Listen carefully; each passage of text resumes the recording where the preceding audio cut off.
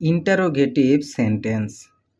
Interrogative sentence যুক্ত একটি ভয়েসকে passive voice এ পরিবর্তন করার সহজতম পদ্ধতি। 1.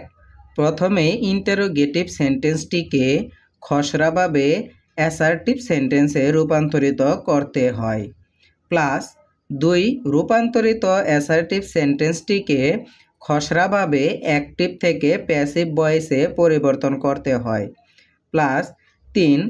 এবার রূপান্তরিত সেন্টেন্সটির প্যাসিভ ভয়েস এর অক্সিলারি ভার্বটিকে প্রথমে বসাতে হয়।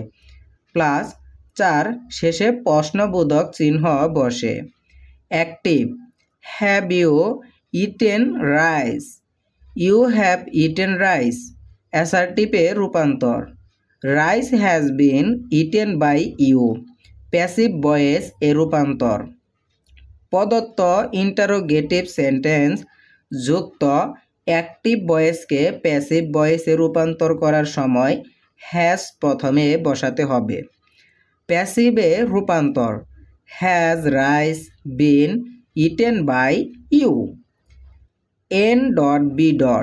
উপরোক্ত ব্র্যাকেটের সেন্টেন্স দুটিকে উত্তরপত্রে লেখা যাবে না, প্রয়োজন বোধে আলাদাভাবে খসড়া করে নিতে হবে। 2. Did you play football? অ্যাসার্টিভে রূপান্তর: ইউ প্লেড ফুটবল।